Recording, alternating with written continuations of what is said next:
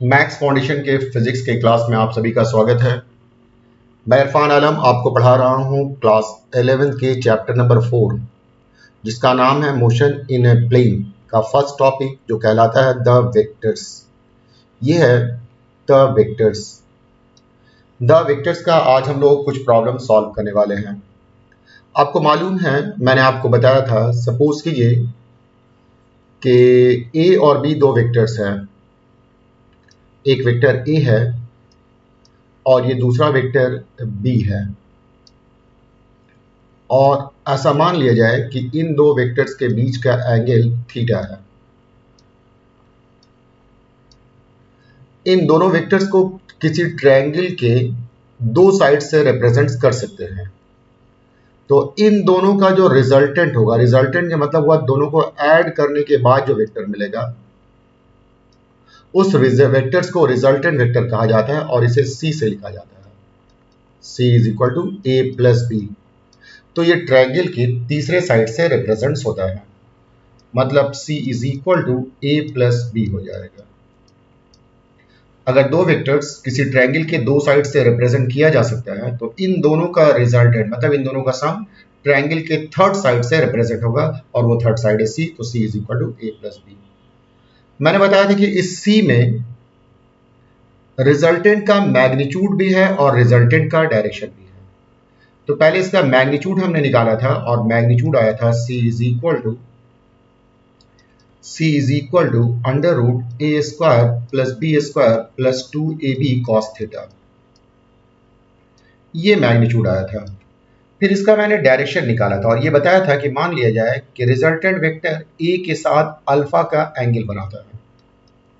तो इसका tan alpha निकाला था। tan अल्फा था b sin theta divided by a plus b cos theta. यही था। आइए इस पर बेस्ड क्वेश्चन हम लोग सॉल्व करके देखते हैं। क्वेश्चन लिखा हुआ है two vectors each of magnitude 20 units can be represented by two sides of a triangle what will be the magnitude and direction of resultant vector if angle between two vectors is 60 degree। दो vectors हैं, इनका magnitude दिया हुआ है और वो magnitude 20 units का है, और इन दोनों के बीच का एंगल कितना है वो भी दिया हुआ है। तो रिजल्टेंट का मैग्नीट्यूड क्या होगा और रिजल्टेंट का डायरेक्शन क्या होगा वो निकालना है। तो मैग्नीट्यूड ऑफ ए और मैग्नीट्यूड ऑफ बी ये दोनों सेम है और ये 20 यूनिट्स का है। थीटा जो कि दोनों के बीच का एंगल है वो 60 डिग्री है। आपको रिजल्टेंट सी का क्या मैग्नीट्यूड होगा और इसका डायरेक्शन मतलब अल्फा कितने का एंगल होगा ये मालूम करना है। तो ए दिया हुआ है, बी दिया हुआ है, सी मालूम करना है। सी का फॉर्मूला होता है अंडर रूट ए square plus B square plus 2ab cos theta. तो आप यहाँ पे फॉर्मूला यूज कीजिए, A square plus B square plus 2ab cos theta under root. अब आप वैल्यू पुट कर दीजिए, ए के बदले में 20, बी के बदले में भी 20 प्लस 2 इंटू 20 इंटू 20, थीटा के बदले में 60 पुट करेंगे और cos 60 का वैल्यू होता है 1/2 अंडर रूट। तो आप देखेंगे ये 2 और ये 2 कैंसिल हो जाएगा। 20 का स्क्वायर 400, फिर 20 का स्क्वायर 400, फिर 20 इंटू 20 ये आपको 400 मिल जाएगा अंडर रूट। तो इस तरह से 400 3 बार है तो आप इसे लिख सकते हैं 400 इंटू 3 अंडर रूट। 400 का स्क्वायर रूट होता है 20, तो ये हो जाएगा 20√3। मतलब जो रिजल्टेंट वेक्टर होगा उसका मैग्नीट्यूड 20√3 है। सी है ये 20√3 आएगा। अब हम लोगों को इसका डायरेक्शन देखना है। डायरेक्शन देखने के लिए हम लोगों को tan अल्फा का वैल्यू निकालना होगा। अभी मैंने आपको बताया कि tan अल्फा होता है b sin theta divided by a plus b cos theta. b का वैल्यू आपको दिया हुआ है 20 है, ये sin 60 divided by 20 plus 20 into cos 60। तो यहां पर आप देखेंगे tan अल्फा 20 साइन 60 का वैल्यू होता है √3 डिवाइडेड बाई 2। यहां पर ये 20 है प्लस 20 कॉस 60। फिर से देख लें 20 साइन 60 का वैल्यू होता है √3/2। यहां पर यह है 20 प्लस 20 cos 60 का वैल्यू होता है 1/2। तो ये कैंसिल हो जाएगा 10 से और ये भी कैंसिल हो जाएगा 10 से। तो 10√3 डिवाइडेड बाई ये आपको आ जाएगा 30। ये 0 0 कैंसिल हो जाएगा तो ये आपको मिलेगा √3 डिवाइडेड बाई 3। इससे आप लिख सकते हैं √3 और 3 को √3 इंटू √3। ये हो गया tan अल्फा। तो √3 कैंसिल हो जाएगा और ये tan अल्फा आ जाएगा 1/√3। और आप जानते हैं कि 1/√3 होता है 30 डिग्री के लिए। इसका मतलब हुआ कि अल्फा 30 डिग्री होगा, मतलब रिजल्टेंट वेक्टर जो होगा वो ए के साथ 30 डिग्री का एंगल बनाएगा। ये था फर्स्ट क्वेश्चन जो कि बिल्कुल पूरी तरह से फॉर्मूला पे बेस्ड था, मैंने आपको बता दिया। आइए हम लोग सेकंड क्वेश्चन की तरफ चलते हैं।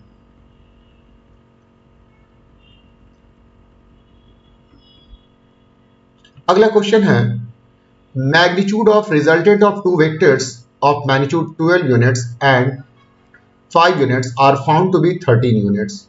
What is the angle between two vectors. दो वेक्टर्स हैं, एक का मैग्नीट्यूड दिया हुआ है 12 यूनिट्स और दूसरे का मैग्नीट्यूड दिया हुआ है 5 units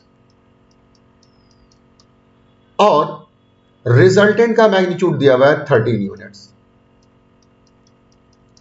Magnitude of resultant of two vectors of magnitude 12 units and 5 units are found to be 13 units is found to be और नहीं होगा is found to be 13 unit.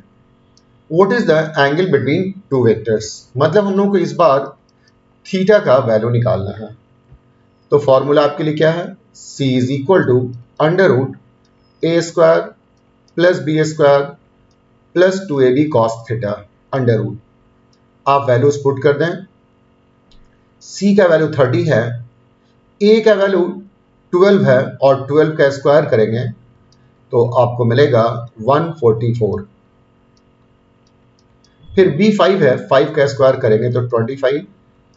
फिर 2ab 2 इंटू a का वैल्यू है 12, b का value है 5 into cos theta under root. अब आप इसे देखेंगे 13, 25 और 144 को ऐड करेंगे तो ये आ जाएगा 169 प्लस ये आप 12 को 5 से मल्टीप्लाई करेंगे तो 12 5 60 और ये हो जाएगा 120 कॉस थीटा अंडर रूट। अब आप दोनों तरफ से स्क्वायर कर दें तो 13 का स्क्वायर हो जाएगा 169, इधर से स्क्वायर रूट हट जाएगा 169 प्लस 120 कॉस थीटा। अब आप सिंप्लीफाई करेंगे तो 169 को इधर ला दें तो पहले से 169 था और एक और 169 आ जाएगा, this is equal to 120 cos theta.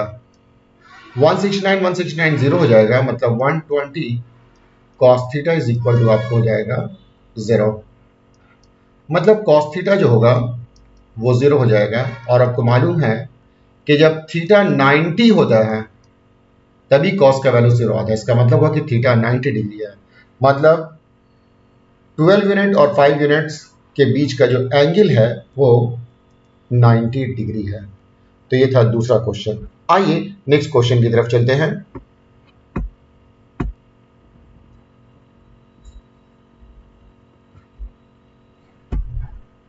Next question की तरफ अगला क्वेश्चन है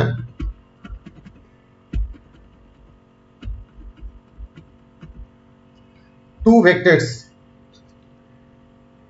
of magnitude 12 units and 5 units can be represented by two sides of a triangle. What will be magnitude of resultant vector if two vectors are in same direction, opposite direction, mutually perpendicular, inclined at an angle 60 degree. दो vectors है, एक का magnitude है 12 units,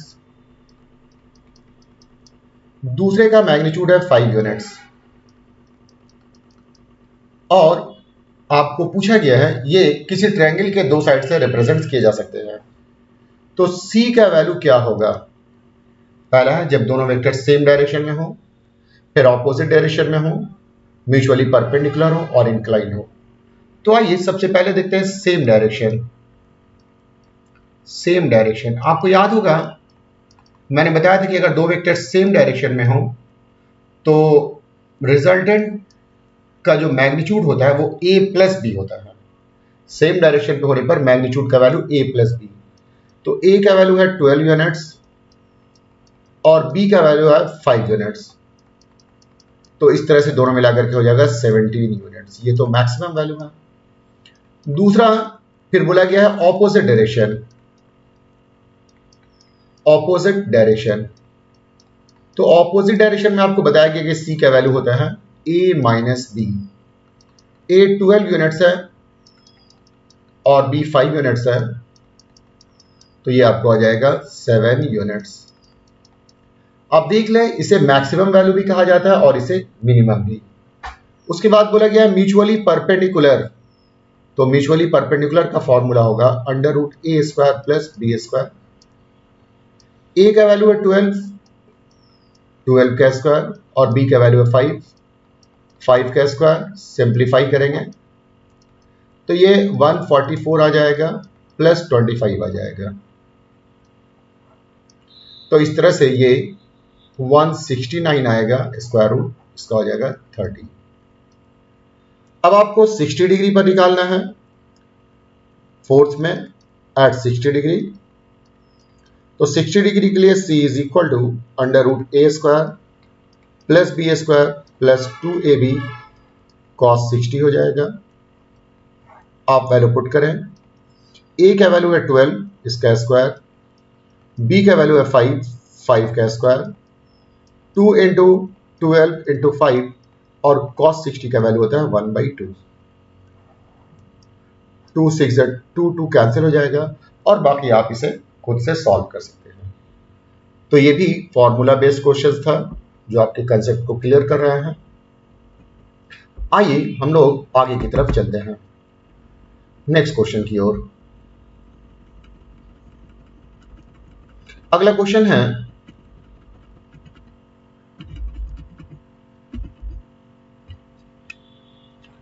the minimum value of magnitude of resultant of two vectors is found to be 35. The minimum value of magnitude of resultant vector is found to be 35. थोड़ा mistake है question में, minimum नहीं होगा, ये maximum होगा।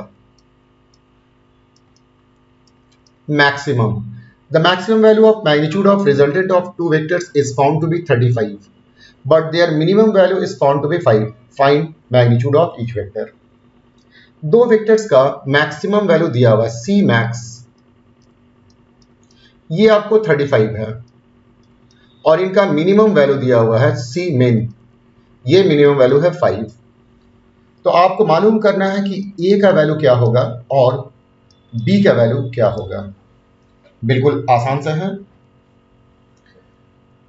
A plus B ये कहलाता है C मैक्स, मतलब A plus b is equal to हो जाएगा 35, और A माइनस बी ये कहलाता है C min, मतलब A माइनस बी का वैल्यू हो जाएगा 5। तो आपको दो इक्वेशन मिल गया, A प्लस बी जो कि 35 है और दूसरा a माइनस बी जो कि आपको 5 है, दोनों को ऐड कर दें, plus b minus b cancel हो जाएगा, ये आपको मिलेगा 2a इज इक्वल टू 40। तो a इज इक्वल टू हो जाएगा 40 डिवाइडेड बाई 2, मतलब ये हो जाएगा 20। तो a का वैल्यू आ गया 20। अब आप a प्लस बी, ये आपको दिया हुआ है 35, तो a का वैल्यू पुट कर दे 20 plus b, this is equal to 35। तो b इज इक्वल टू हो जाएगा 35 माइनस 20, मतलब ये 15 हो जाएगा। तो a का वैल्यू 20 और b का वैल्यू 15, ये आपको आंसर आ जाएगा 20 एंड 15। तो ये था मिनिमम एंड मैक्सिमम वैल्यू से क्वेश्चन। आइए नेक्स्ट क्वेश्चन देखते हैं। आइए हम लोग चलते हैं क्वेश्चन नंबर 5 की ओर। लेकिन क्वेश्चन नंबर 5 को करने से पहले हम लोगों को एक छोटा सा कॉन्सेप्ट डेवलप करना होगा। आइए वो कॉन्सेप्ट क्या है वो देखते हैं। अभी मैंने आपको पढ़ाया है ट्रायंगल में कि वेक्टर सी ये इक्वल होता है vector a plus vector b के। अब आप इसका मॉडुलस ले लीजिए दोनों साइड से, इधर से भी ले लिया मॉडुलस। वेक्टर सी का मॉडुलस सी होता है, लेकिन वेक्टर ए प्लस बी का मॉडुलस क्या होगा ये हम लोग को नहीं मालूम है। वेक्टर सी का मॉडुलस सी होगा, वेक्टर ए प्लस बी का मॉडुलस क्या होगा ये हम लोग को नहीं मालूम है। तो आइए वेक्टर ए प्लस बी इसका मॉडुलस क्या होगा उसको जानते हैं। ऑल्सो हमने आपको यह भी पढ़ाया है कि सी इज इक्वल टू होता है A square plus B square plus 2ab cos theta under root. c is equal to A plus B और दोनों तरफ से मॉडुलस ले लिया, तो modulus of c is equal to modulus of a plus B, फिर c is equal to modulus of a plus B. तो c is equal to a plus B का वैल्यू क्या ये जानने के लिए फिर से लिखा c is equal to under root a square plus B square plus 2ab cos theta. इसे इक्वेशन 2 लिखेंगे। इक्वेटिंग 1 एंड 2,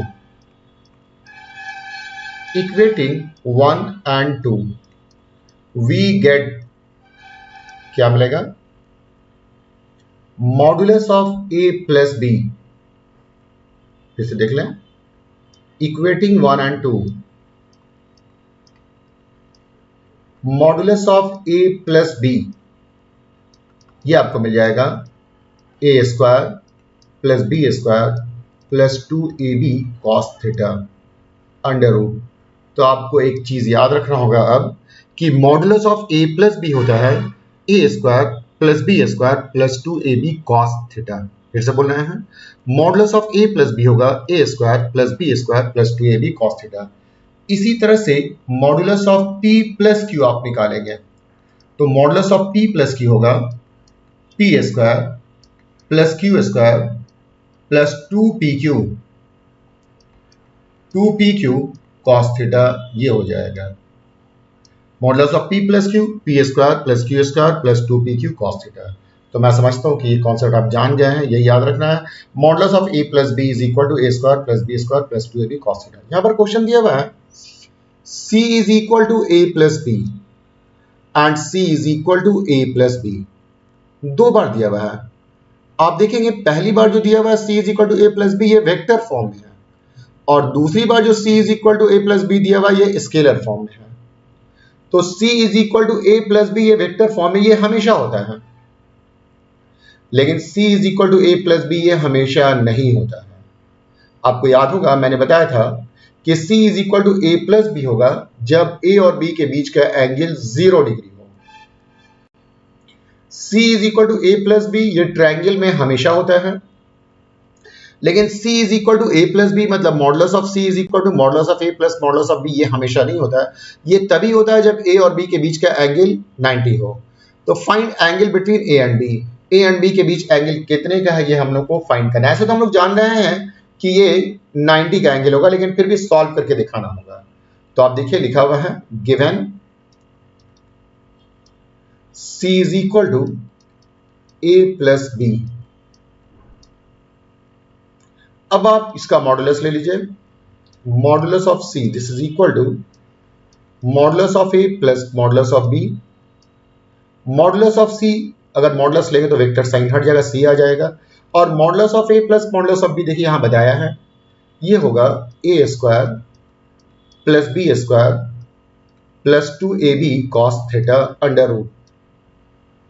सी का वैल्यू क्वेश्चन में दिया हुआ, लिखा हुआ C is equal to A plus B, तो सी के बदले ए प्लस बी पुट कर दीजिए, ये हो जाएगा ए square plus B square plus 2ab cos theta under root. अब आप दोनों तरफ से स्क्वायर कर देंगे, तो ये हो जाएगा a प्लस बी इसका होल स्क्वायर, और इधर हो जाएगा ए square plus B square plus 2ab cos theta under root इसका स्क्वायर। अब आप एक्सपैंड कर दें, a plus B whole square आप जानते हैं, a plus B whole square होता है A square plus B square plus 2ab, और ये स्क्वायर रूट है, स्क्वायर रूट पर यदि स्क्वायर लगा दिया जाए तो इसका स्क्वायर रूट हट जाता है, मतलब आपको मिलेगा ये A square plus B square plus 2ab cos theta. इधर भी ए स्क्वायर, इधर भी ए स्क्वायर, इधर भी बी स्क्वायर, इधर भी बी स्क्वायर, दोनों साइड में सेम नंबर है तो कैंसिल हो जाता है, तो आपको मिलेगा 2ab this is equal to 2ab cos theta. तो cos थीटा का वैल्यू हो जाएगा 2ab डिवाइडेड बाई 2ab, तो cos theta is equal to हो जाएगा 1। और आपको मालूम है कि 1 कौन से एंगल के लिए आता है, तो 1 आता है जब थीटा का वैल्यू 0 होगा, तो theta is equal to 0 degree. हम लोगों को पहले से पता था कि अगर c is equal to A plus b हो और c is equal to A plus b हो तो थीटा 0 होता है, लेकिन हम लोगों ने मैथमेटिकली कैलकुलेट करके दिखा दिया। आइए नेक्स्ट क्वेश्चन की तरफ चलते हैं।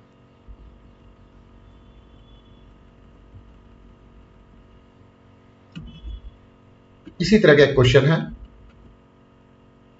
c is equal to a plus b and c is equal to a minus b, find angle between them। मैंने बताया था कि c is equal to a plus b ये हमेशा होता है, लेकिन c is equal to a minus b ये सिर्फ और सिर्फ तभी होगा जब a और b ऑपोजिट डायरेक्शन में हो, मतलब a और b के बीच का एंगल 180 हो।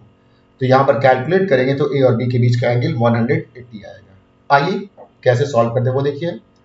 सबसे पहले वैसे ही गिवन लिखेंगे, c is equal to A plus B.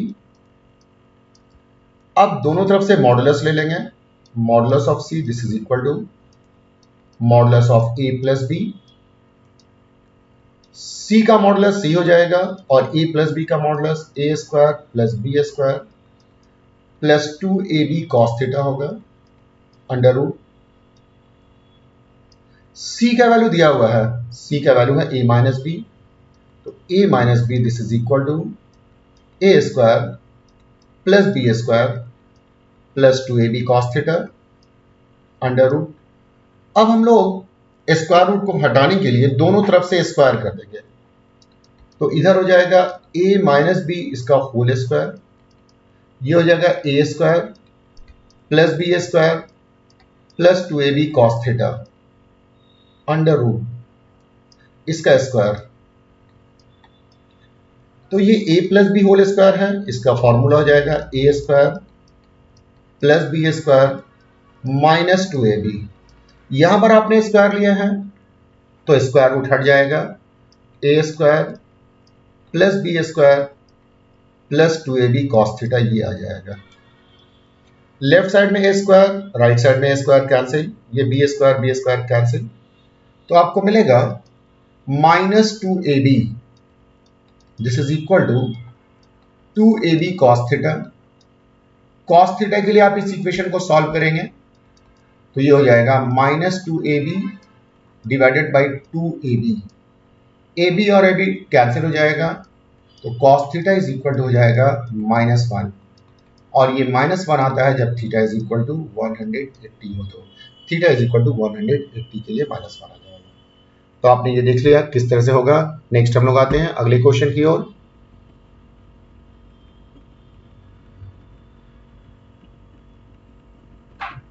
आइए अगला क्वेश्चन क्या है देखिए,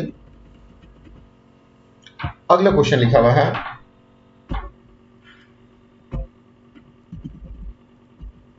उसी तरह का एक क्वेश्चन है c is equal to a plus b, vector c is equal to vector a plus B और c is equal to under root a square plus B square. ये भी हमने करके आपको बताया था कि ये तो हमेशा होता है, लेकिन ये तब होता है जब a और b के बीच का एंगल 90 डिग्री हो। तो इस बार दिखाना होगा कि एंगल 90 डिग्री है। वही फॉर्मूला गिवन, क्या गिवन है, c is equal to a plus B. अब आप इसका मॉडुलस ले लें, modulus of c is equal to modulus of a plus B. तो इस तरह से c इज इक्वल टू आ जाएगा a square plus B square plus 2ab cos theta under root, c का वैल्यू है a square plus B square, तो a square plus B square under root ये कर देंगे, तो a square plus B square plus 2ab cos theta ये हो जाएगा। दोनों तरफ से स्क्वायर करेंगे तो स्क्वायर कैंसिल हो जाएगा, ए स्क्वायर प्लस बी स्क्वायर, ये square plus B square plus 2ab cos theta.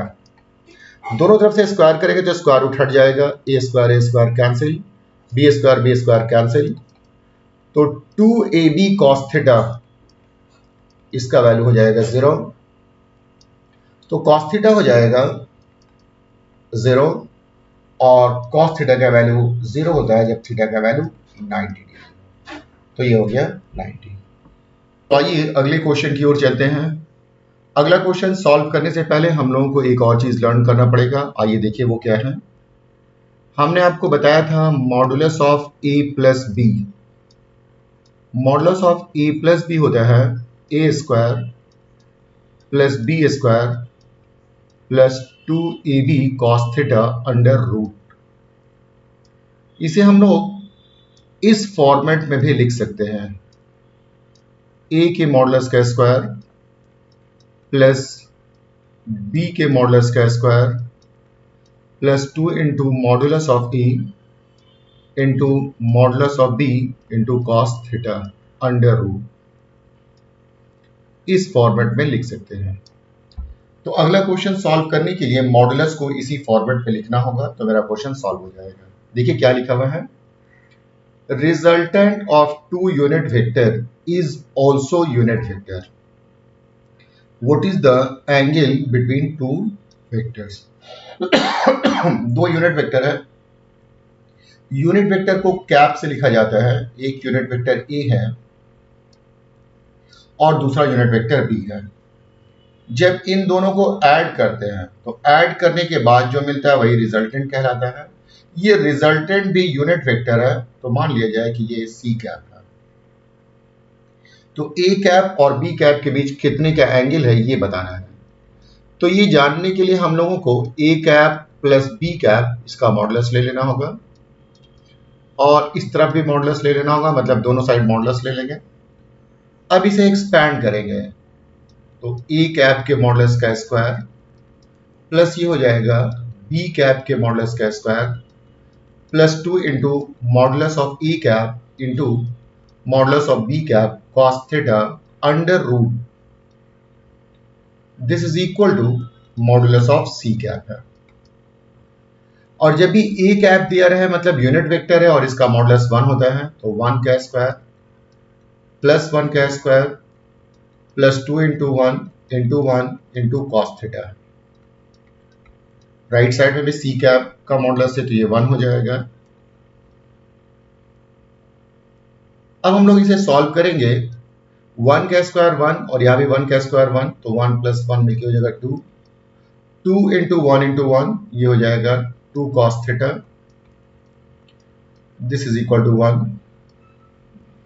यहां से हम लोगों को थीटा का वैल्यू मालूम करना है, तो दोनों तरफ से स्क्वायर कर देंगे। जब स्क्वायर करेंगे तो 2 प्लस 2 cos थीटा ये आपको मिलेगा 1। इसे और सिंप्लीफाई करें तो 2 cos थीटा आपको मिल जाएगा 1 माइनस 2, ये 2 राइट साइड में चला जाएगा, तो cos theta is equal to हो जाएगा -1/2। और cos 120 के लिए वैल्यू आता है -1/2। इसका मतलब हुआ कि थीटा का वैल्यू हो जाएगा 120 डिग्री। तो ए कैप और बी कैप के बीच जो एंगल होगा वो एंगल 120 डिग्री का हो जाएगा। ए कैप और बी कैप के बीच जो एंगल होगा वो 120 का होगा। आइए अगले क्वेश्चन की ओर चलते हैं।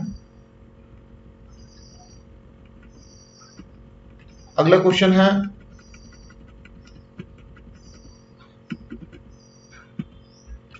ये आपके पास देख रहे हैं एक वेक्टर है आई कैप और दूसरा वेक्टर है जे कैप और इसका मॉडुलस दिया हुआ है, तो मॉडुलस का वैल्यू निकालना है। तो ये आई कैप है प्लस जे कैप और इनका ये मॉडुलस है। आई कैप के मतलब होता है unit vector along x axis और जे कैप के मतलब होता है unit vector along y axis. ये एक्स एक्सिस है और ये वाई एक्सिस है। एक्स एक्सिस के डायरेक्शन में यूनिट वेक्टर को आई कैप से लिखते हैं और वाई एक्सिस के डायरेक्शन में यूनिट वेक्टर को जे कैप से लिखते हैं। तो बस वही फॉर्मेट, आई कैप के मॉडुलस का स्क्वायर प्लस जे कैप के मॉडुलस का square plus 2 into modulus of i cap into modulus of g cap cos theta. Theta angle है आई और जे के बीच में और डायग्राम में आप देख रहे हैं कि आई और जे के बीच में 90 का एंगल है, तो ये 90 डिग्री हो जाएगा अंडर रूट। आई कैप यूनिट वेक्टर है, इसके लिए 1 का स्क्वायर, जे कैप यूनिट वेक्टर है 1 का स्क्वायर, 2 इंटू 1 और कॉस 90 होता है 0। तो इस तरह से आप देखेंगे कि 1 का स्क्वायर प्लस 1 का स्क्वायर, ये आपको 1 का स्क्वायर 1 फिर 1 का स्क्वायर 1, ये आपको रूट 2 हो जाएगा और ये वाला टर्म 0 हो जाएगा। तो modulus of i cap plus j cap का वैल्यू आ जाएगा रूट 2। आइए नेक्स्ट क्वेश्चन की ओर चलते हैं। अगला क्वेश्चन देखते हैं।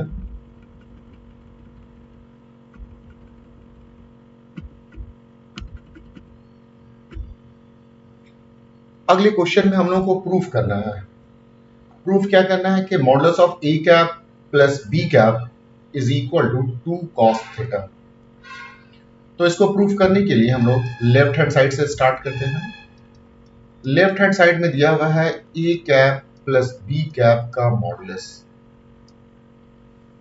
इसको प्रूफ करना है कि 2 cos थीटा बाई 2 होगा, तो इसको सिंप्लीफाई करें।